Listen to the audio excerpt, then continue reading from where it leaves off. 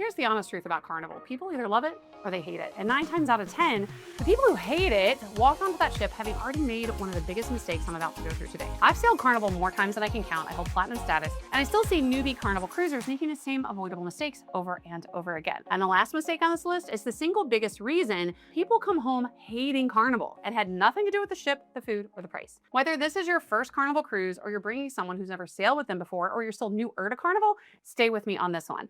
Hi, I'm Melissa, a university professor who loves to cruise and who loves to talk ship. Let's talk about the first mistake you can make on a Carnival cruise, the Lido buffet stampede. This very first mistake happens the second you step on that ship. You get through the gangway, you hear the music, you see the fun squad dancing, having a good time, you see the atrium maybe, and your brain goes straight to, I'm hungry. Where's the buffet? And you follow the crowd. Everybody's fighting elevators, trying to get up to the Lido deck, and it is a madhouse. Lines are long, tables are taken. Some people get testy and territorial about their tables, and the food has maybe been sitting out. It might not be the freshest. And your very first meal and impression is very underwhelming. Now, I fell into this exact trap on my first Carnival sailing, and I remember thinking, oh my God, this is chaos. Is this what everybody raves about? It was actually my first ever cruise, and I thought I hated cruising my first experience because there was just so much and people with luggage, and you couldn't even walk. And I don't like lines, I don't like waiting, I don't like crowds. But here's what experienced cruisers, especially Carnival cruisers, do instead. Skip the buffet entirely on embarkation day. Go straight to one of their amazing food options that are not buffet, Blue Iguana Cantina or Guy's Burger Joint. Now you will find lines there too,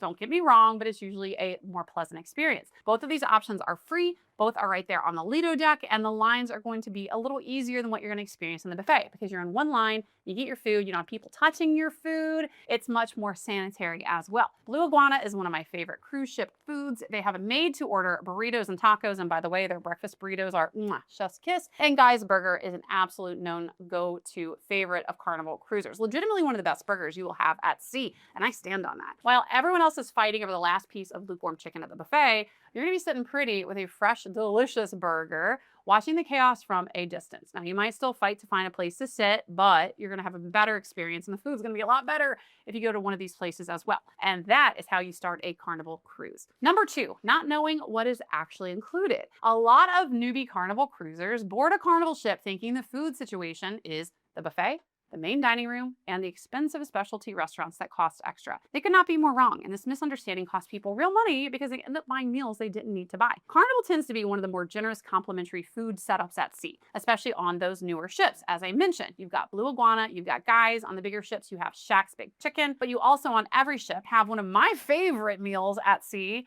which is Sea Day brunch. If you've never heard of Sea Day brunch, pay attention because I actually missed this my first couple of Carnival cruises. I had no idea they exist. On Sea Days, Carnival opens up a special brunch menu in the main dining room. So they open it in the morning and early afternoon. And I will tell you that the food is outstanding. We're talking eggs Benedict, French toast, yogurt parfaits that are so good. And it's completely, absolutely included in your cruise fare. And a shocking number of first-time Carnival cruisers just sleep through it and they don't even know it exists. They think their only option is room service or the buffet. So do not miss Sea Day brunch. It is a must-do on any Carnival cruise. And if you're sailing on one of Carnival's newer Excel class ships, that's Mardi Gras Celebration Jubilee, there is a perk that a lot of newbie cruisers on Carnival, or maybe you've cruised Carnival before but never an Excel class ship, that a lot of them completely miss. You get one free meal at Chibang, which is typically a specialty restaurant, and Cucina del Capitano. So you get one free meal at both of these spots. Both are excellent. Actually, Chibang is one of mine and my man's favorite places on all cruise ships in terms of food. So that's 2 specialty dining experiences at no extra charge. And in fact, if you love these options, which we do, you can pay a little bit more. As of my last Carnival sailing a couple of months ago, it was around $7 per person to enjoy a second meal at those sit-down specialty type restaurants. I can't tell you how many people sail Excel class and they never have any idea and take advantage of this. And that is a real miss. Don't leave those free meals on the table. And when it comes to the main dining room or the MDR, they also have genuinely good food on Carnival. I know this is a hot take. People fight me all day long about this, but I will stand on it. Carnival has some of the best food in all of cruise line industry. And I'm not just talking about Guys, Blue Iguana, Sea Day brunch. I'm talking in general. You do not have to spend extra money to eat well on Carnival ships, but know what's available before you board. Make sure you're looking at the Hub app to see things that you don't want to miss them, like the free meal at Cucina and Chibang, and you're going to eat better for less. And speaking of the Hub app, another mistake that Carnival newbies make is about the Hub app and the muster drill delay. This one's purely practical.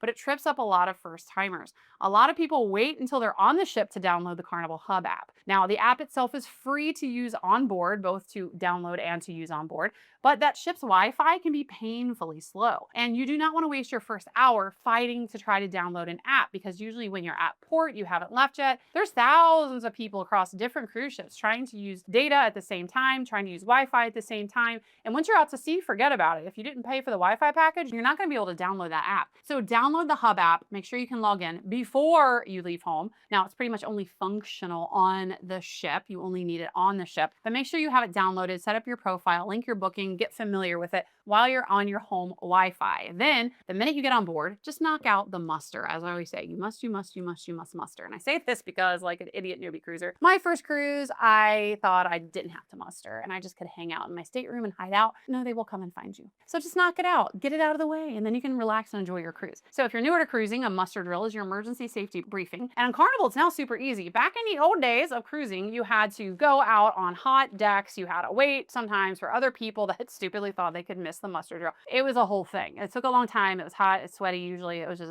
not a good time. But now it's super, super easy. One of the good things that came out of the many cruise changes post-COVID, post-2020, is the e-muster. So what that means now, it's done through the app. You watch a short video, you do have to physically go to your muster station, check in, full scan your boarding pass or your room key card if you have that.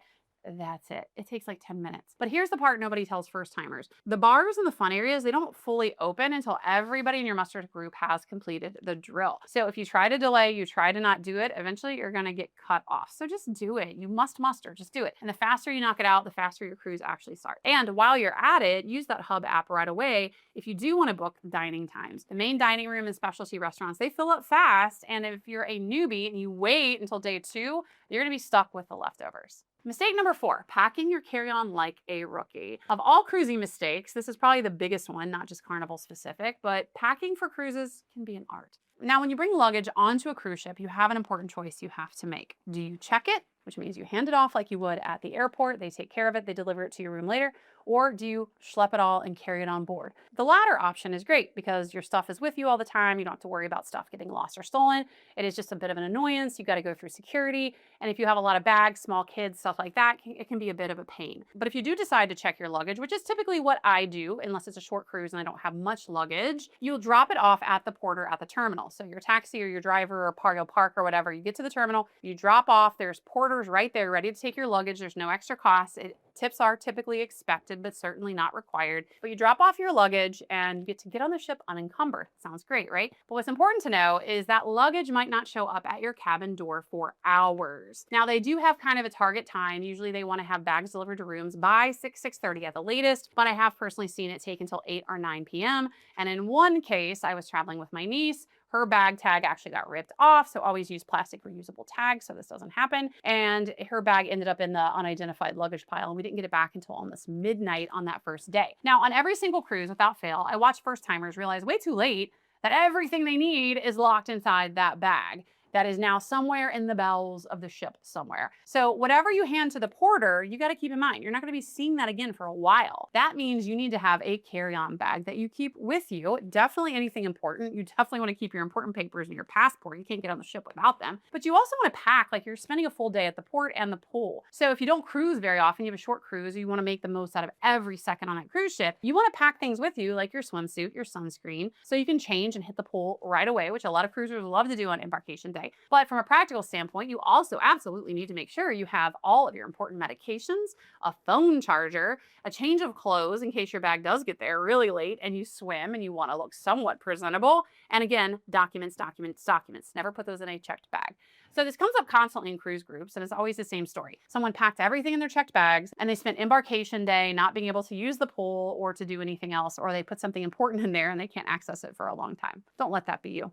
Mistake number 5, missing the sail away party. This one is a little sad because I do see it happen. Too many first timers miss that sail away party because they're eager to get unpacked, or they want to explore the ship, or they're wanting to go deal with the buffet madness despite my best advice, or they're messing with the Hub app trying to get it connected before sail away.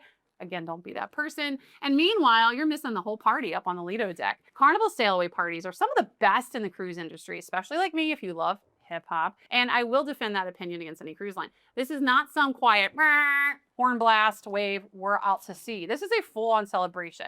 The music is pumping. The cruise director, and I will say Carnival has some of the best cruise directors that really can make a cruise experience even better. They're up there getting everyone going, hyping them up, doing line dances, and you're getting to see the port get smaller and smaller behind you as you sail away. And this feels like the moment where your vacation has officially begun. And Carnival does it really, really well. And I, again, will give Carnival credit here because their cruise directors are standouts. I've been on many cruises, not with Carnival, and I'm like, who's the cruise director? You never see them, you never hear them. They're just not a factor at all. And for some people, they like that vibe, but people that choose Carnival typically choose it because they choose fun. And those cruise directors on Carnival are a big reason why. Think of them as the MC of the party. They're bringing the energy, they're setting the tone for your entire voyage, and it starts at sail away. So even if you're not into wobbling on the Lido deck, it's great for people watching, but that sail away party is a whole lot of fun.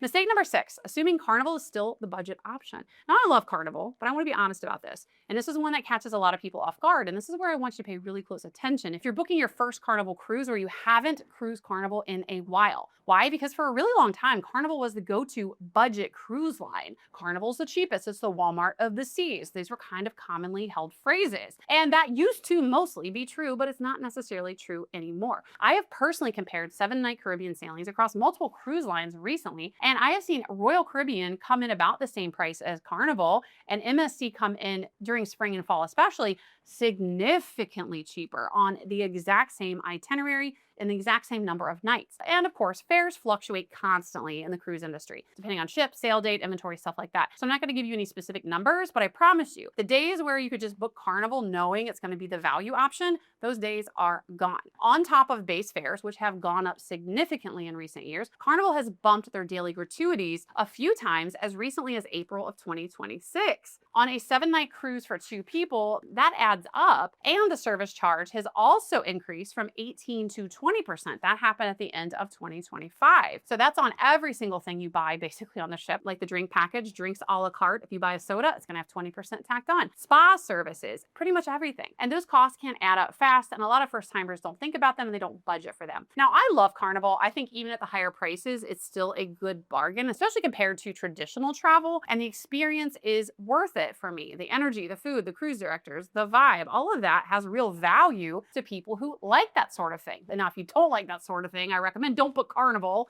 go with another cruise line. But if the price is the number one thing driving your booking decision, you can't just default to Carnival anymore. You have to actually put in the effort, do the cruise math, compare your numbers. And by the way, if you do want to book a cruise, I know some people, they will do all the cruise math for you and you don't have to lift a finger. Now, it's not me. I only book myself, close personal friends and family, but I have a lot of great experts, including Carnival specialists who can hook it up. So fill out the form below and it's no extra cost to you. Mistake number 7, not knowing the current rules. Boarding a Carnival ship in 2026 without knowing the current rules is a mistake that can cost you real money and real embarrassment. Things have changed. So even if you've sailed Carnival before, but it's been a long time, it's important to know these things. Namely, that Carnival has gotten significantly stricter when it comes to enforcement. The biggest one? The devil's lettuce. Now, no judgment. It is legal in most states. If you decide to partake, you do you. I don't care. But I also don't care what the laws are in your state. On a cruise ship, like it or not, federal law applies. And Carnival has a zero tolerance policy. Their official code of conduct spells it out clearly. Marijuana, cannabis, and its derivatives are strictly prohibited on board. They're taking this very, very seriously because for years they have been known as Walmart of the seas or the trashy cruise line. They've had a reputation because people come home from a Carnival cruise and say, everywhere I went on a Carnival cruise, it smelled like the stanky jank. So they are really cracking down on this. They know that reputation. They're trying to move away from it. People have been removed from ships over this. Don't bring it, don't use it, don't assume nobody will notice. They've also gotten more serious about behavioral policies across the board. Staterooms and balconies are non-smoking, not just the ganj, but also vapes. And Carnival's own policy states that violations can result in a $500 charge to your onboard account. They also now have very strict curfews for unaccompanied minors, stricter rules about pool deck behavior, and noise in hallways late at night. So that blasé, anything goes, let's turn up and have fun Carnival all hours of the night that some people remember from even a few years ago, they're starting to really try to rein that in. And I love Carnival. I love the fact that Carnival's a good time, but a lot of these things I think are needed. So I see this as a good thing. One other thing that's important to note about changes with Carnival, if you haven't sailed them before, or if you're new to them, they are overhauling their entire loyalty program. The old VIFP program that used to reward cruisers for their loyalty, their days at sea, is being replaced with their rewards program, which is basically pay to play. So that's a great news for big spenders, but it's not so much rewarding loyalty. I don't love the new program. I've been a very vocal hater of it. So if you're used to the old VIFP program, it's important to know that it's going away as of fall 2026. Now, mistake number 8, and this is a big one. This is going in with the wrong expectations. Now, if you only take away one thing from this entire video, make it this, because this is a mistake that ruins more Carnival cruises than all others combined, especially if you're not a newbie cruiser, you've cruised other cruise lines, and you're trying Carnival for the first time. The biggest mistake people make with Carnival is going into it expecting it to be something it's not. I see this constantly. Someone who regularly sails with Celebrity or Holland America, or they only know people that have cruised on those lines and they hear about those experiences, they have a very sedate, not meaning that in a bad way, but it's quiet, it's lovely, it's refined experience. But then they book Carnival because the price looked good or a friend invited them. They get on the ship and they're in shock. It's loud. There's kids everywhere. There's people having fun. It's called the fun ship for a reason. People are partying and pounding them back at the pool at 1 o'clock in the afternoon. And then they go home. They say that Carnival's the Walmart of the seas. It's oh so trashy. They write a bad review. They smack talk on Facebook. And I'll be honest, those reviews drive me a lot crazy. If you go into a Carnival cruise expecting a quiet, buttoned up, premium love boat experience, you're going to have a bad time. And that's on you. That is not what Carnival is, and they have never pretended to be anything but that. They literally are branded as the fun ships, and that means exactly what it sounds like. It's energetic, it's party, it's loud, and the pool deck is gonna be lively. The comedy shows, my personal fave, they're filthy. You're gonna hear lots of sexual talk in the comedy shows. You're gonna hear lots of F-bombs. I'm here for it. You might not be. If not, don't go to a comedy show. The parties go late. The club is bumping. There's a lot of kids and families and younger people on board. And yes, I know that can test your patience sometimes, even for people who are fans of Carnival,